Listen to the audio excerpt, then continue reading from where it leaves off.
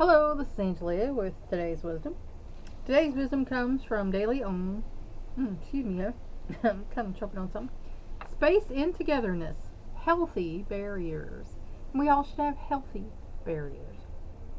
As relationships evolve, lives gradually become entwined. We tend to have a great deal in common with the people who attract us, and our regard for them compels us to trust their judgment.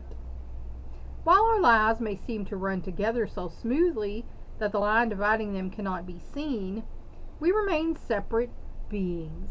And that's important to remember when you're in relationships. You're two separate people. You're not, a joint entity. A lot of people think when you become married or in a relationship, you become a joint entity. And you do to a certain extent. But you're still allowed to be the two separate people. And I know people who are friends like that. They want you to be exactly like them. And if you are not exactly like them, there becomes, differences that show up. Then they get mad at you and, don't want to be your friend anymore and stuff like that. And, that's just immaturity. To disregard these barriers is to sacrifice independence because you are a unique person. The old saying about how we're all unique like a snowflake. So when you want other people to be exactly like you, you're denying them their independence. It is our respect for the fact that our lives exist independently of the lives of others that allows us to set emotional and physical boundaries. And you should, because your life is your life, and you shouldn't allow people's deal to spill over into your life so much that you're now living a life that they want you to live and not the life you want to live. To explore our interests and capabilities even when people close to us do not understand our partialities. And there's always going to be that where people just don't get what you like or you want, and that's because they haven't had your life experience. They don't understand because they're not you. And to agree to disagree.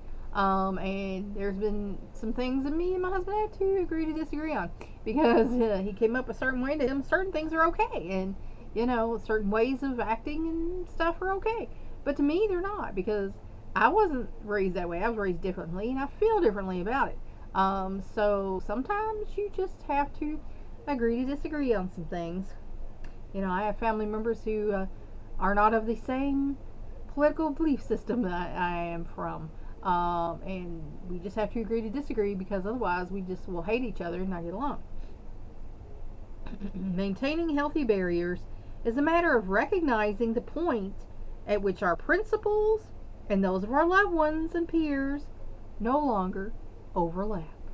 And like I said, everyone is unique. Everyone's had their own experience, which has shaped their lives and opinions. So, at some point, there's going to be things that you don't match up with on people. Life is like a jigsaw puzzle, but people are not. Sometimes people just don't fit in your life, and sometimes people do, and sometimes people look like they're going to fit, but then when you try to put them there, they don't fit so much. So, not everything as far as principles and opinions is going to match in your loved ones. It's just not. And if you are that strict and think it has to, then you're going to miss out on a lot of relationships. Human beings must relentlessly fight the temptation to follow the crowd, because most people do want to fit in. They want to be perceived as cool or whatever, so they follow the crowd. Me personally, most of the time I was not that type of person. Most of the time I had my own way of thinking and doing things and liking things, and a lot of people liked me for that, but there were a handful of folks who did not like me for that. Naturally, we want to be liked, accepted, and admired, and it often seems that the easiest way to win approval is to ally ourselves with others. And in some cases, you might want to do that. In other cases, no. When we assume that our standards are the same as those of the people close to us without first examining our own intentions, And that's something there too. What are your intentions when you're speaking with someone and trying to figure out what their deal is or whatever? What are your intentions behind it? Because the intention behind it is is the big thing. Maybe not necessarily what was said, done, or whatever. It's the intention behind it was the big thing. We do ourselves a disservice because sometimes you're not always right. There are people who have serious problems admitting that they're not always right. But last I checked, Jesus said, "No, not one of you is going to be perfect." So he knows that, and no, none of us are. But we are to try and perfect ourselves.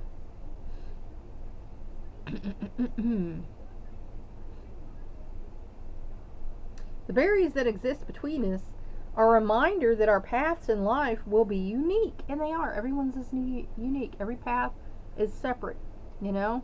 And it's the old saying, don't judge me till you walk a mile in my shoes, and that's hard to do.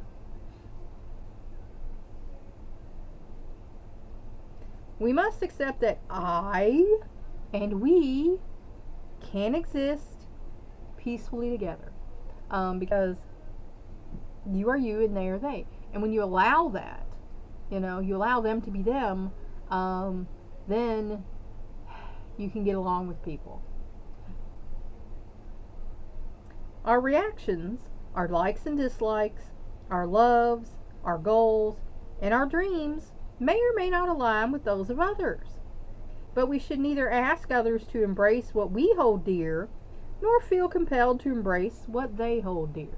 And I certainly don't ask that of my friends, like, oh no, and if it's something really off for me, I'm like, well, I think this, or I believe this, and I'll just put it out there. I won't say, you're wrong if you don't believe like me, because what good is that? And I don't have to believe what you believe. If you believe a certain thing that I feel is wrong for me, or that I feel like I know different than, I don't have to believe the way you believe. And that should be okay. That should be okay with you. As you learn to define yourself as an emotionally and intellectually distinct individual, and that should be your goal, you will grow to appreciate your autonomy, because you should be a unique person, autonomous from others. If you want to be a lemming, then you're going to be a lemming, and when everybody else starts jumping off the cliff, you're going to do it too. I see a little of that happening in society nowadays. However much you enjoy the associations that bind you to others and provide you with a sense of identity, your concept of self will ultimately originate in your own soul. And that's where it comes from. If you can think back to when you were a kid, things you liked that maybe other kids didn't like, or, things, the food you liked that maybe other people didn't like, it comes from within. You are who you are. And the healthy barriers that tell you where you end and the people around you begin will give you the freedom to pursue your development, apart from those whose approval you might otherwise be tempted to seek out. And you should be doing that. You should be developing as a person, and it shouldn't be all about you want this, that, or the other person to approve of what you're doing. If you're looking to other people for your approval, then you still haven't matured enough as a person, because you should be worried about you and what you're doing, not what they're doing or what they think of what you're doing. Others will continue to play a role in your existence, but their values will not direct its course. And that should be a fact. Others, it's like I told one of my coaching clients one time, other people can be a part of your life, but they can't be your life.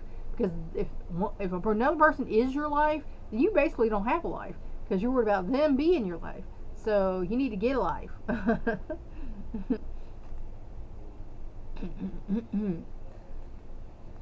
And again, no other people what they think should direct your life. It's okay to ask people sometimes what they think to get a little sounding board, but ultimately it should be you who decide and what your life is. Any relationships you share will remain marvelously balanced and harmonious as a result. And like I say, if You be you and you let other people be them. You know, it doesn't have to be a constant argument and fight over who's right, because most of the time it's not a right or wrong thing. You know, it's like, this has been my life, this is my experience, so this is what I feel, and this is your life, and this is what you have experienced, so this is what you feel. But you don't know what I know, and maybe I don't know what you know. You know, so, oh, excuse me. Bless me, Lord. So, you know, the old saying is like, it's like comparing apples to oranges. That's what happens when you do that to people. You know, you can't 100% know another person because you don't know 100% about them. So, you know, if you keep a little space in togetherness, and put up some healthy barriers, you can have some, you know, healthy relationships. Think about it. Thanks for watching. Please like and share this wisdom so we can spread it around the world. If you want to help me out, subscribe to my YouTube channel. If you want to help me out even more, go to my Patreon page and become a patron. That's all for now. Until next time.